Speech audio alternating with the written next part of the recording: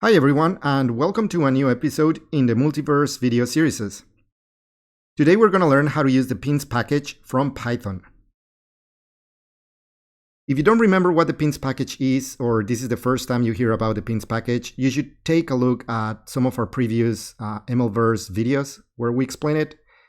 Otherwise, I'm going to give you the 30 seconds overview of what the pins package does. First of all, you want to start on pins.rstudio.com.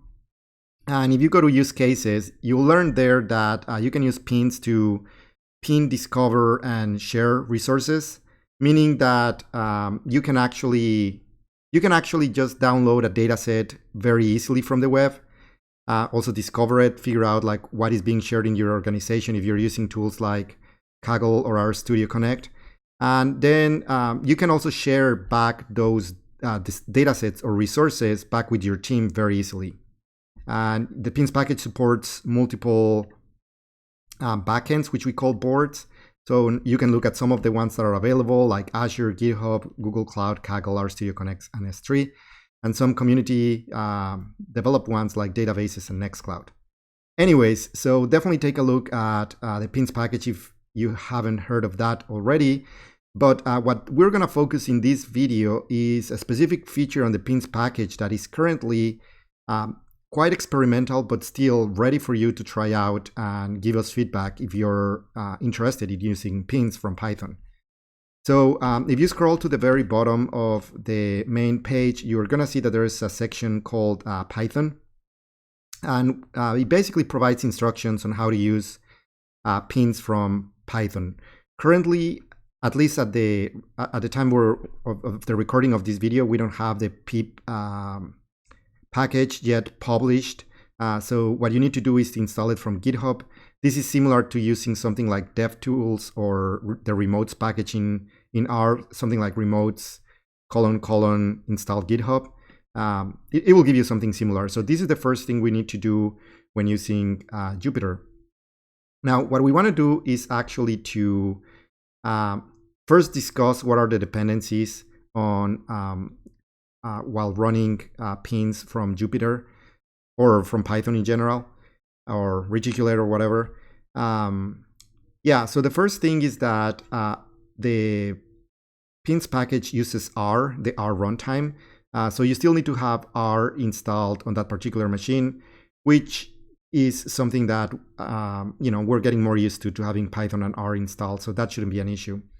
And the other thing to mention is that the pins package, when using Python, underneath, which you don't have to worry in most cases, like maybe on 90% of the cases or whatever, you don't have to worry about this, but it uses the CFFI package, which is, I believe, stands for foreign interface or whatever. Let's see, C foreign function interface for Python. And you can think of this package as RCPP. If you're familiar with RCPP, it basically allows Python code to call C code in the same way that RCPP code allows you to more easily call C routines from R. Now, this shouldn't be a problem in general, because most systems already have the development tools, and why not require to interface with C code. But just if you hit any weird errors, especially even while doing something simple like some of the examples, then it might be likely that you're missing one of the dependencies for this package. But again, hopefully it all goes smooth for you.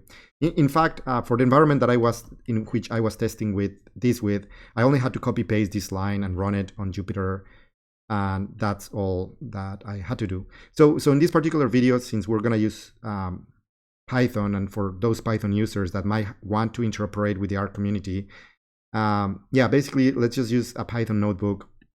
And what I ran first was basically just pip install and then this particular line. So you can go ahead and run it, and it basically installs what you need. In this case, it shouldn't take more than a minute or so. And then once you have that setup, you can follow up with the actual tutorial, or with this particular video. So let me just clear the output from this particular cell, and yeah, let's just insert insert below. Anyways, yeah. So the first thing that we want to do would be perhaps to verify that this is working properly with the example code. So we can we can do import pins, and then pins and get a generic data set. This actually comes from CRAN, so it's also like a great way of using the CRAN datasets from Python. And yeah, as you can see here, we have this particular dataset that comes from the HPI R package directly loaded into Python. And yeah, that's pretty useful. So so what we can do now is do something a little bit more interesting. And again, like this video, I'm not gonna cover how to use pins from R, but previously what I did in a previous video was to upload some data sets to RStudio Connect, GitHub, and S3. Just to pick 3 of the boards that are supported, and mostly for fun. So we have those data sets already preloaded there. You could have uploaded them from R, or maybe made available in some other way. Yeah, so you want to interface from Jupyter. So how does that work? Yeah, so the first thing that you need to do is you need to register the boards, and this follows the same, really the same documentation from the R interface. So you have to run pins.board register, and then suppose that I want to start with RStudio Connect. So I would say, board equals RStudio Connect, RS Connect, and then in this case I need to specify my server. I'm going to specify my server. All right. And then you need the secret key. And just for the purposes of this video, I already load them. It's literally just a string that you get, in this case, from RStudio Connect. And, it's the token. So first of all, you need to register the board that you're going to be using. And that's really about it. That's all you have to do. And once you have this particular board register, you can just use it, right? So you can either upload datasets or download datasets. Now, one thing that I should mention is that currently the pins implementation on Python only supports tabular datasets, and specifically, it's actually using the feather package. And which, at the time of building this package, was a quite resilient way of transferring datasets between R and Python. And yeah, so the only restriction is that you can only download or upload datasets from in Python using that are tabular.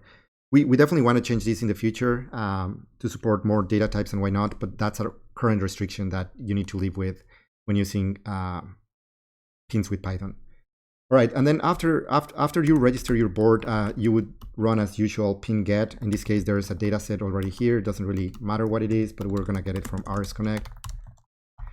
That's pretty much it. Then you want to run this, and you get the data set back, which is great because if you live on a team that is using multiple data science programming languages, you might be in this situation where you have to interoperate with other people, or or you might, or you yourself might want to run some piece of Python code specifically, or why not? And with pins, you can use the package also to interoperate in that way. All right, let's try something else. Let's try, for instance, S3. We can just copy paste this, and we would do the same, just using the S3 parameters. S3 requires the bucket. And also, well, requires a few parameters actually. Requires the bucket. And if you forget what the parameters are, you can just go to articles and do S3, for instance, or just go directly to the reference. And you can remind yourself that there's a key and a secret. So we'll do key and secret, and then secret. Yeah, those are the parameters that we need. It's pretty straightforward. So you specify your bucket, and then your key, which in this case I already preloaded under S3 key, but it's just a string that you can get from Amazon S3, and then you can get the token also from S3. That's pretty much it. And now what we're gonna do is we're gonna get this same data set, but we're getting it from S3. I believe, if we did everything properly. S3 and S3 token. Oh, sorry. Oh, sorry. Yes. So this is just registering the board. So yeah, that is correct. We're missing one step, which is to actually get the data out of S3, right? So the board is the S3 board is registered. Let's try to get it from S3 now. Oh, sorry, that was my bad. Board equals, sorry, actually missing the name. So the data set, and then we'll load this. All right. So as you can see, it's the exact same data set that we have in RStudio Connect, but this time from S3. And again, it depends on your preference of where your organization stores resources, and hopefully this is supported by pins. If not, you can also consider extending pins, and I believe we talked about that in a previous video. All right, so let's try one more before we wrap up this video. Let's just do GitHub. And again, you can either take a look at the documentation if you need to remind yourself of the parameters. So we're going to specify the repo. And yeah, I believe in this case I saved some stuff in this branch. You don't need to use a branch in GitHub if you want to, but I highly recommend it because pins tends to be quite verbose when you're uploading and changing data sets. So it's actually a bit better to use a branch in most cases, because then you can also do a pull request if you want to, and why not. Anyway, so yeah, we're gonna register the board. That's about it. I'll highlight it. Yeah, this should work. And yeah, now the board is registered. And then what we want to do is we want to again return the same data set, and the interface looks exactly the same, which is one of the great things about pins. You don't need to reinvent the wheel when uploading and downloading data sets. You can just use the exact same interface when you interoperate with different services and products. All right, that's it. Wines board equals GitHub. That's it. Yep. So this last time we grabbed the data set from GitHub, and you can verify that is the exact same data set. Why not? We can open the CSV version of this format. The great thing about pins also is that it's actually not pulling the data set as CSV. That's just there, kind of like for you to for your records, and to help interoperate with others that might not be using even Python or R. Maybe someone is using Excel, or why not, or Tableau. Yeah, so I actually pins retrieve the data set in a R native format to make sure that no data type is changed or whatsoever, and then we apply a feather, the feather package to transform that data set, which gives it like pretty good degree of compatibility. And again, we're probably going to make improvements on the Python side soon, but it's pretty useful for those of you that want to try this experimental feature early. So yeah, as you can see here some of the records. We can compare them side by side, and yeah, we have the exact same amount of records, which is pretty useful between GitHub and also your Jupyter session running Python. All right, that's pretty much it. It might be worth mentioning that apart from using pin get, you can also pin datasets or find datasets, and why not? So that can also be useful. But yeah, definitely, please remind yourself that this is an experimental feature. So if you hit any issues, go to the repo and open a GitHub issues for us, and we'll take a look and help you get unblock it. Right? Thank you.